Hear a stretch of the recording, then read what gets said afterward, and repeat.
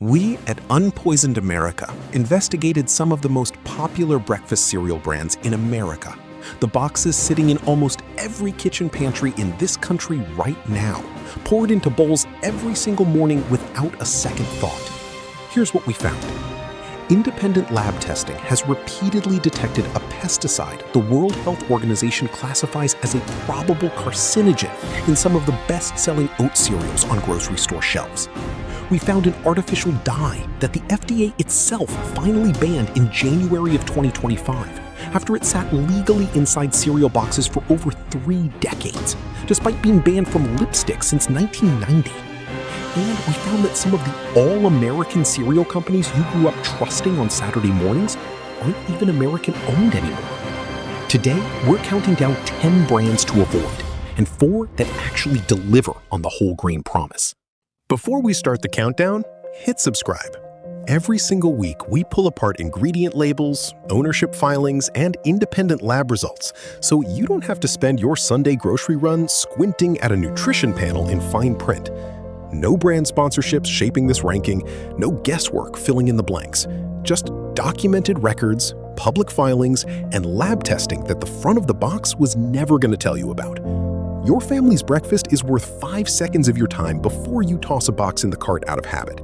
Now, let's read the label, starting with the cereal that opens this countdown. Trix. What's actually in it? After corn flour and sugar, Trix still relies on a lineup of synthetic dyes to get that neon rainbow look. Red 40, yellow 6, blue 1, and more, depending on the production run, according to ingredient panels reviewed by Purdue University researchers who flagged Trix as one of the most heavily dyed cereals still on the market. That matters more than it sounds like. In 2016, General Mills actually tried a naturally colored version of Trix using ingredients like radish and turmeric for color. Sales dropped. The company quietly brought back the synthetic dyes within a year. Sugar clocks in around 10 grams per serving, nearly a third of the box by weight, before the milk goes in. Who really owns the label? General Mills, headquartered in Minneapolis, one of the largest food conglomerates in the country, with billions of dollars in annual cereal sales. This is not a small, independent operation competing on flavor alone. General Mills also owns Cheerios, Lucky Charms, Cinnamon Toast Crunch, Cocoa Puffs, and Betty Crocker, among dozens of other household names. One parent company, one boardroom, dozens of cereal boxes competing against each other for the same eye-level shelf space in your grocery store, engineered to look like separate, independent choices when you're standing in the aisle. What the records reveal: in April of 2025, the FDA announced a plan to eliminate petroleum-based synthetic dyes from the U.S. food supply entirely, specifically citing studies linking these dyes to hyperactivity, moodiness, and irritability in children. General Mills has since publicly committed to removing certified color additives from all of its U.S. cereals and from its K-12 school foods by the summer of 2026. Read that again. The company's own compliance timeline confirms these dyes are on their way out because of documented health concerns raised by federal regulators, not because the recipe simply needed a seasonal refresh or a marketing refresh. Value for money. A box of Trix is priced like a specialty product, but the ingredient panel is dominated by corn flour and sugar, 2 of the cheapest commodity crops grown in America. Most of what a shopper pays for at checkout isn't the food itself. It's packaging, mascot licensing, and decades of marketing budget baked into the shelf price. That's true of nearly every cereal on this list, but it's worth remembering every time a cartoon box costs more than a bag of plain oats sitting one aisle over. Number 9. Honeycomb. What's actually in it? Yellow corn flour and sugar make up the base of this cereal, but the ingredient panel also lists yellow 5 for color and BHT, a chemical preservative added specifically to keep the box shelf-stable for months at a time. BHT is approved by the FDA as safe in the small amounts used here, but it's also been voluntarily phased out by manufacturers selling the same products in parts of Europe, where consumer pressure over long-term safety questions runs higher. This is a cereal shaped like an oversized honeycomb, marketed with a wholesome, honey-sweetened identity. But the fine print tells a considerably more manufactured, more processed story. Who really owns the label? Honeycomb belongs to Post Consumer Brands, part of Post Holdings, a publicly traded company that also owns Fruity Pebbles, Grape Nuts, and dozens of private label store brands sold under different names in nearly every supermarket chain in the country. Post has stated publicly that BHT is recognized as safe by both the FDA and Health Canada, and that it's always clearly labeled on any product containing it. That much is technically accurate, but legally permitted and clearly labeled, and something you choose to feed your family every single morning are two very different standards, and only one of them is printed on the box. What the records reveal: a single serving of honeycomb carries meaningfully less protein and fiber than the corn and oat ingredient list on the front of the box might lead a shopper to assume. Sugar sits as the second ingredient by weight, ahead of the honey the cereal is literally named after.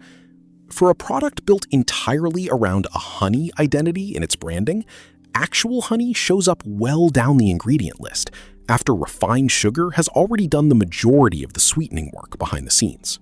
Interesting fact: honeycomb has spent decades marketed as a lighter, less sweet alternative to cereals like Fruit Loops or Lucky Charms, largely because of its oversized, airy, honeycomb-shaped pieces.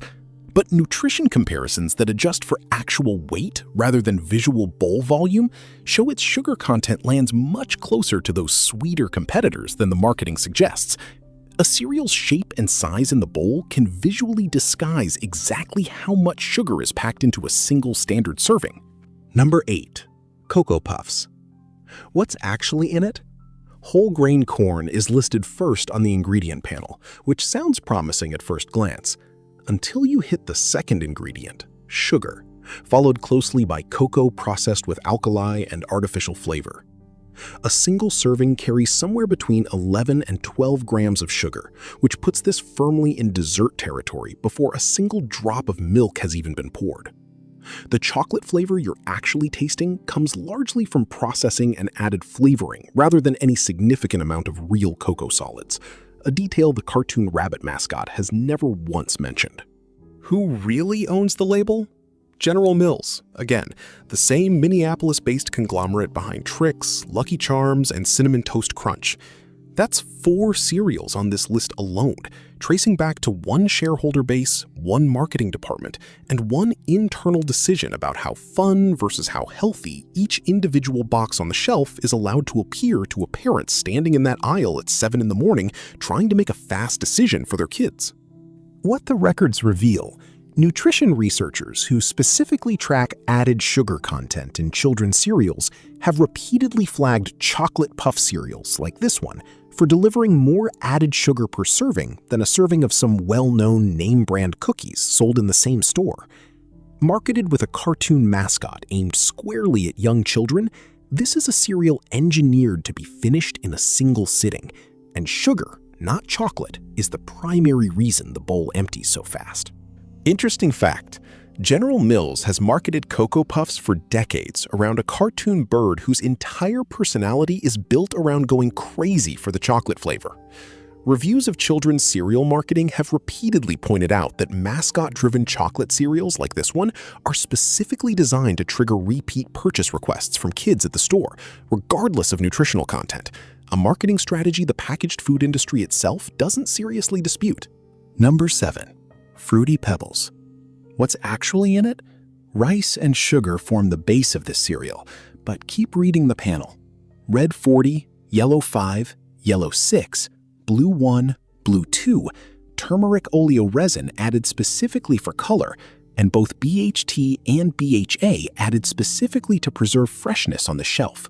That's 6 separate color additives in a single bowl of cereal, according to the ingredient panel printed directly on the box. This is one of the most heavily dyed cereals still sold in mainstream American grocery stores today, more than 5 decades after it first hit shelves. Who really owns the label? Post Holdings, the same publicly traded company behind Honeycomb earlier on this list. Fruity Pebbles was born in 1971, built from the ground up around licensed cartoon characters, specifically to appeal to children, one of the very first cereals in America to use that exact marketing strategy, long before it became the industry standard. Post has kept the underlying formula almost entirely unchanged for over 50 years, dyes included. What the records reveal: the FDA's own 2025 policy shift toward eliminating petroleum-based synthetic dyes named cereals like this one as a primary target category, right alongside candy and soda. Studies referenced by the agency during that announcement link these specific dyes to measurable behavioral changes in some children, including hyperactivity and irritability. 6 color additives in one bowl is not an accident of manufacturing. It's a formulation choice that has outlasted the growing body of science, raising serious questions about it. Interesting fact: Fruity Pebbles markets itself prominently as gluten-free, and that claim is accurate. It's built from rice rather than wheat.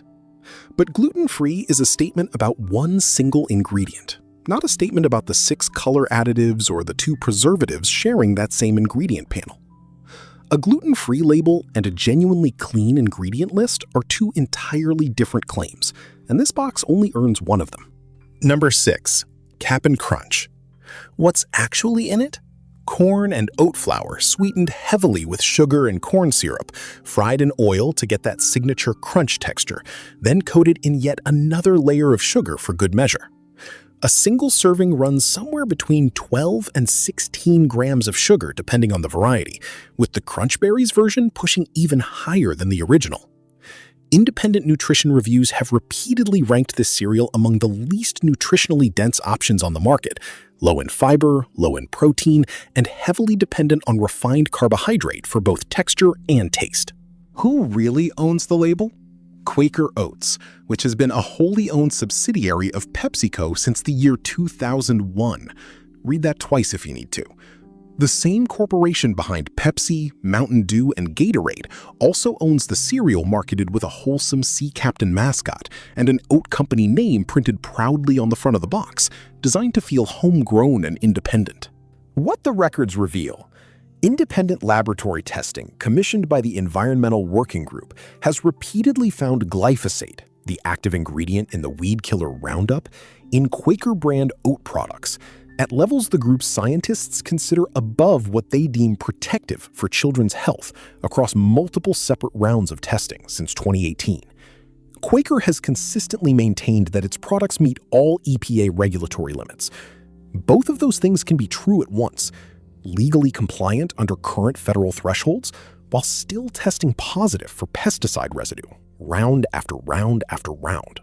Interesting fact: Cap'n Crunch's signature crunch comes from a corn and oat mixture fried in oil at high heat, a manufacturing process that has drawn its own share of consumer complaints over the decades about the cereal's uniquely sharp, jagged edges. Beyond texture, independent dietitian reviews have consistently placed this cereal near the bottom of nutritional rankings for cold cereal, citing its combination of high sugar, high sodium, and minimal fiber or protein in every serving. Number 5. Cinnamon Toast Crunch. What's actually in it? Whole wheat is listed first on the ingredient panel, which looks reassuring on paper, but sugar, cinnamon, and vegetable oil aren't far behind it. A serving carries around 12 grams of sugar and roughly 230 milligrams of sodium, meaningful numbers for something marketed as a breakfast staple rather than an after-dinner dessert. Nutritionists who evaluate cereal ingredient panels professionally have pointed out that the whole grain content printed on the front of this box does very little to offset the sugar-to-fiber ratio hiding on the back. Who really owns the label? General Mills, the 5th cereal from this single company to appear on our countdown so far. That's not a coincidence of American taste preferences. It's a direct reflection of exactly how much real estate one manufacturer controls across the entire average American cereal aisle, from the bottom shelf where kids can reach all the way up. What the records reveal: this cereal now markets itself around a Cinnamojis cartoon concept aimed squarely at younger kids, with sugar content essentially unchanged from the original 1984 formula. Independent comparisons of children's cereals have repeatedly placed this product in the exact same sugar bracket as Fruit Loops and Lucky Charms, despite a made-with-whole-grain claim on the front of the box that most shoppers instinctively read as a genuine health signal rather than a marketing footnote. Interesting fact, the cinnamon flavor on the box suggests a spice-forward cereal, but cinnamon itself appears well down the ingredient list, behind whole wheat, sugar, and vegetable oil. Most of what a shopper is actually tasting comes from added sugar and manufactured cinnamon flavoring, rather than any meaningful quantity of the real spice. A pattern that shows up across flavored cereals leaning on a spice name in the branding far more than in the formula itself. Number 4. Lucky Charms. What's actually in it? Toasted oats combined with marshmallow bits made from corn syrup, sugar, gelatin, and color additives, shaped into hearts, stars, moons, and clovers. A serving carries about 12 grams of sugar and roughly 230 milligrams of sodium, according to the nutrition panel on the box. The marshmallow pieces themselves are essentially colored, flavored sugar, with almost no nutritional contribution beyond raw calories. They exist purely for texture, color, and the magic the marketing has been selling for 6 decades. Who really owns the label? General Mills again, the 6th entry from the same Minneapolis-based company to appear on this countdown. Lucky Charms has been reformulated repeatedly over the decades to add new marshmallow shapes, seasonal colors, and spin-off flavors. But the core sugar and dye structure of the cereal has stayed remarkably consistent since it first launched all the way back in 1964. What the records reveal. Independent lab testing commissioned by the Environmental Working Group found glyphosate, the same World Health Organization flagged herbicide mentioned earlier, present in oat-based cereals across multiple testing rounds, with Lucky Charms specifically named among the products flagged in that published research. General Mills has committed to removing synthetic color additives from its entire U.S. cereal lineup by summer of 2026, a future promise on paper that does absolutely nothing to change what's actually sitting inside the box currently stocked on your grocery store shelf today. Interesting fact, the cereal's marshmallow pieces are manufactured separately from the toasted oat pieces, then blended together at the factory, meaning the magic in every box is really 2 distinct manufactured products combined for maximum visual appeal on shelf and in the bowl. Consumer research on cereal purchasing has repeatedly shown that colorful mix-in pieces like these marshmallows are one of the single strongest purchase drivers for children, independent of actual taste or nutrition. Number 3. Frosted Flakes. What's actually in it? Milled corn and sugar, with an additional sugar frosting coating added directly on top of flakes that have already been heavily processed. A single serving contains about 12 grams of sugar, nearly 3 times more than the plain cornflakes sitting on the exact same shelf, made by the exact same manufacturer, for a fraction of the marketing budget. The mascot has spent decades promising this cereal is great, but the nutrition panel tells a far more modest story underneath. Low fiber, low protein, and a heavy, almost total reliance on added sugar to carry the flavor. Who really owns the label?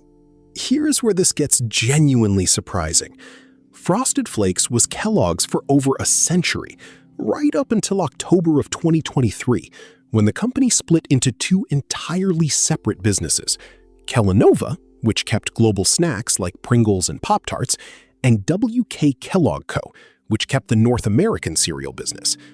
Then, in September of 2025, W.K. Kellogg Co. was fully acquired by Ferrero, the Italian confectionery company best known for Nutella and Tic Tac, in a deal worth roughly $3.1 billion. What the records reveal. As of late 2025, Frosted Flakes is owned by a European candy conglomerate rather than the century-old American cereal company most shoppers still picture on the box every time they toss it in the cart. Ferrero has publicly stated its intent to invest in and grow the brand across the US, Canada, and the Caribbean going forward. But the ownership change itself went almost entirely unnoticed by everyday shoppers, still reaching for this exact box out of decades of pure habit. Interesting fact, right next to Frosted Flakes, on the same shelf, sits plain corn flakes, made from the same base grain by the same manufacturer for a similar price, with roughly a third of the sugar. The frosting coating is the entire difference between the two products, added purely for taste, meaning shoppers are effectively paying a similar price for a cornflake with a substantial amount of extra sugar sprayed directly onto it. Number 2. Fruit Loops. What's actually in it? Corn flour and sugar, colored using a rotating mix of dyes that has included red 40, yellow 5, yellow 6, and blue 1, depending on the specific production run. And for decades, red dye 3, which the FDA formally banned from the entire U.S. food supply on January 15, 2025. Red 3 had already been banned from cosmetics back in 1990 after animal studies linked it to thyroid tumors, yet it remained perfectly legal in food, including cereal boxes exactly like this one, for another 35 years after that cosmetics ban went into effect. Who really owns the label? The same story as Frosted Flakes. Fruit Loops now belongs to W.K. Kellogg Co., which itself became a wholly owned subsidiary of Ferrero, the Italian company behind Nutella, in September of 2025. The bright, fruit-shaped cereal built around a cartoon toucan mascot, recognized by generations of American kids, is today a foreign-owned confectionery product, rather than the independent American cereal brand its packaging still visually suggests. What the records reveal, manufacturers still using red dye 3 in existing formulations have until January of 2027 to fully reformulate under the FDA's ban, meaning boxes containing the dye could legally remain on store shelves for roughly 2 full years after the ban was first announced. The FDA's own public bulletin cited ample evidence that the dye may affect children's behavior, on top of the cancer classification established through animal testing decades earlier. That is a documented federal finding sitting in the public record, not an internet rumor, and it took regulators over 3 decades to finally act on it. Interesting fact, despite the different colors suggesting different fruit flavors, red for cherry, purple for grape, orange for orange, food scientists have repeatedly pointed out that every loop in the box shares essentially the same base flavoring, regardless of color. The rainbow effect is visual engineering more than a genuine flavor difference, a detail the manufacturer itself has acknowledged in past interviews about how the product is formulated. Number 1. Honey Nut Cheerios. What's actually in it? Whole grain oats form the base of this cereal, genuinely the healthiest starting ingredient of anything on this entire list. But sugar is the second ingredient, and the honey in the name is backed by a relatively small amount of actual honey, alongside brown sugar syrup and natural flavor doing most of the sweetening work. A serving still carries meaningfully more sugar than the plain Cheerios sold 2 feet away on the exact same shelf under the exact same brand name for a nearly identical price. Who really owns the label? General Mills, the 7th and final appearance from this single company on our avoid list today.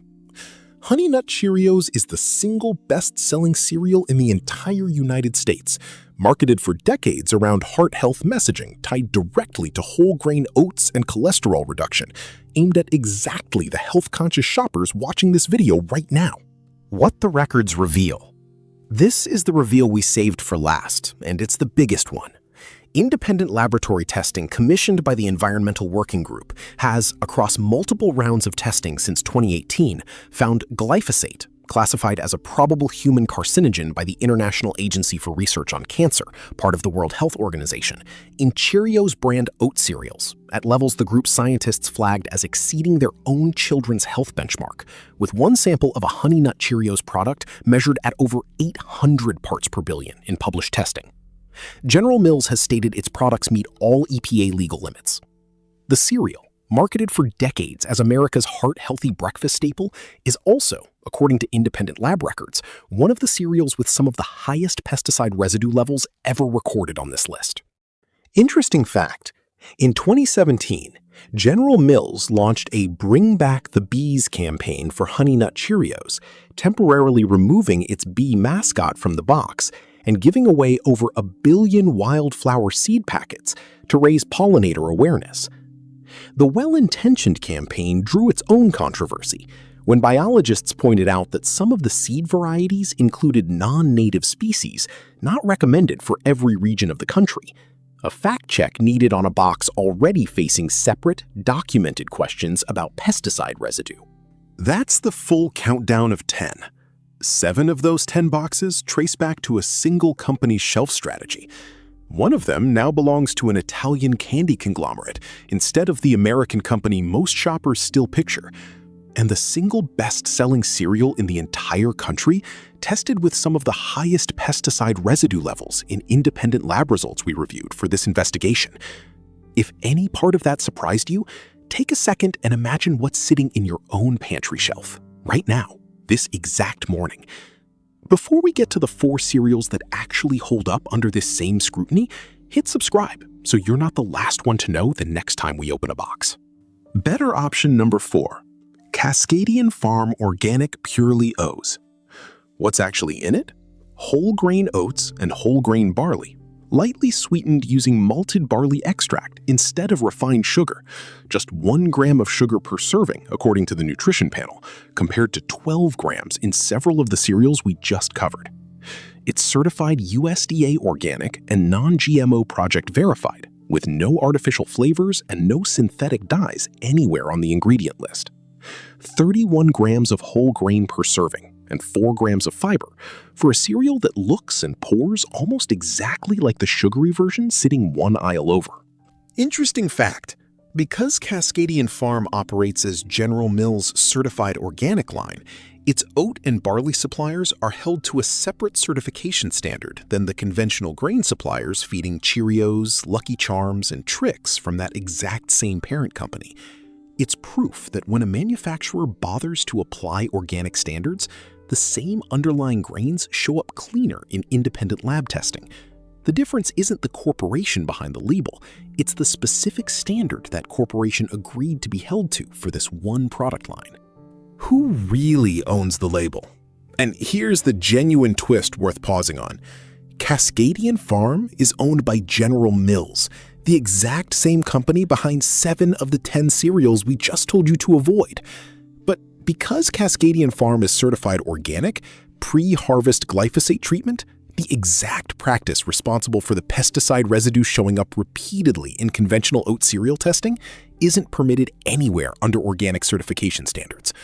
Same parent company, same corporate shareholders, a genuinely different product if you know which specific shelf in the store to look on. Better option number 3, Post Grape Nuts. What's actually in it? Just 4 ingredients total: whole grain wheat flour, malted barley flour, salt, and dried yeast. No added sugar anywhere in the formula.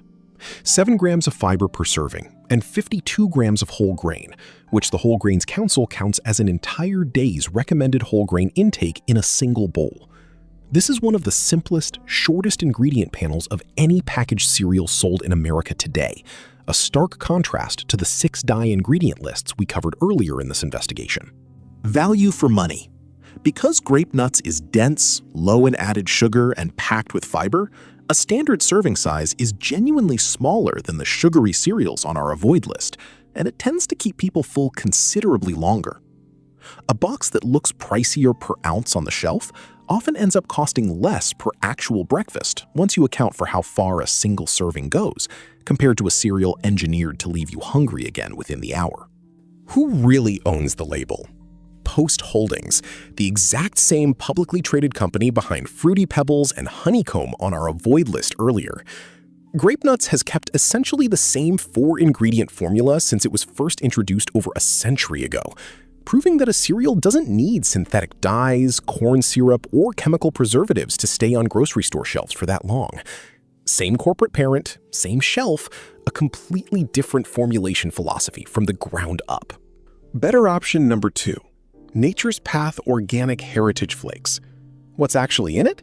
6 organic whole grains blended together: Coruscant wheat, wheat bran, whole wheat, oats, spelt, and quinoa, sweetened with a genuine touch of organic honey rather than refined sugar, corn syrup, or artificial flavor. A serving carries about 5 grams of sugar, roughly half of what the leading kids' cereals on our avoid list carry, while delivering meaningfully more fiber and protein per bowl. No synthetic dyes, no BHT, no BHA anywhere on this ingredient panel.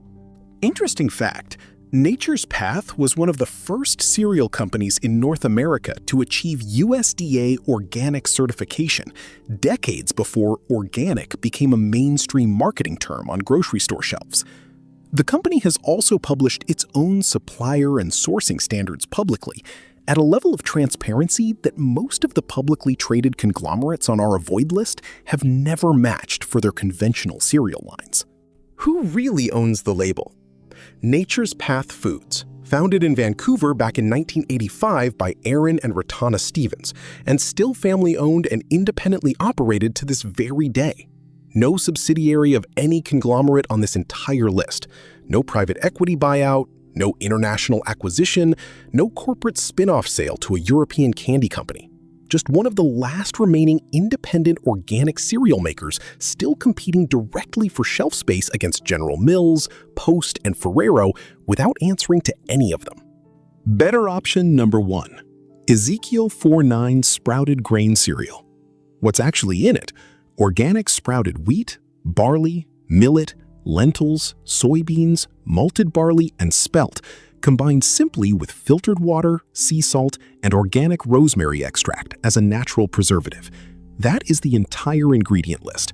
No added sugar of any kind, no flour whatsoever, and no synthetic preservatives anywhere in the formula.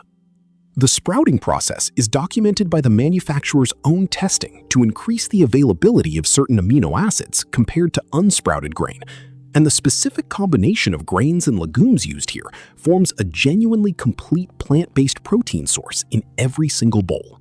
Interesting fact, because Ezekiel 4-9 contains no added sugar and no refined flour of any kind, glycemic index testing commissioned by the manufacturer has found it produces a notably lower blood sugar response than conventional flaked or puffed cereals when eaten without milk.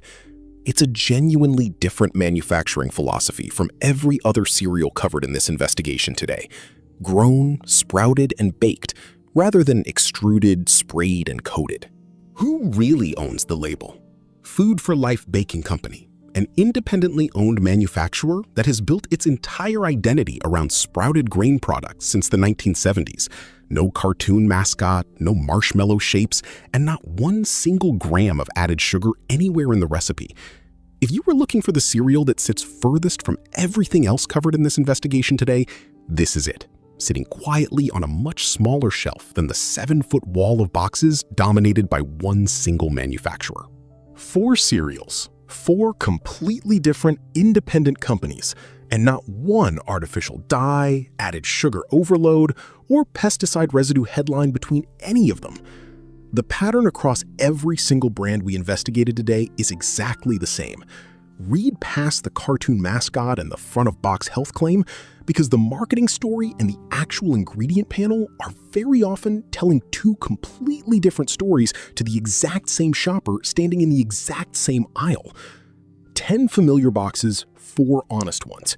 And the real difference between them was sitting in plain print on the side of the package the entire time. Here's the bigger picture worth sitting with before you head to the store this week. 7 of the 10 cereals we investigated today trace back to a single company's boardroom. One trusted, century-old American name now answers to an Italian candy conglomerate. And the single best-selling cereal in the country carries some of the highest documented pesticide residue levels of anything we reviewed today, while its marketing has spent decades leaning on the word heart healthy. None of that is a guess, and none of it is exaggeration for effect. It's what's sitting in public FDA bulletins, corporate ownership filings, and independent laboratory results, once you actually go looking for them, instead of trusting the front of the box. If this investigation changed how you're going to shop your own cereal aisle this week, like this video. It's genuinely what keeps us investigating, and what keeps these ingredient labels honest in the long run. And share this with the people in your life who are still tossing these exact boxes into their cart out of pure habit, the same way they have for years. Someone you love is pouring one of these bowls for their kids again this week, maybe even this morning. Send them this investigation before they do it again tomorrow. Also, tell us in comment section which product brands you want to be investigated on Unpoisoned America. We'll see you in the next one.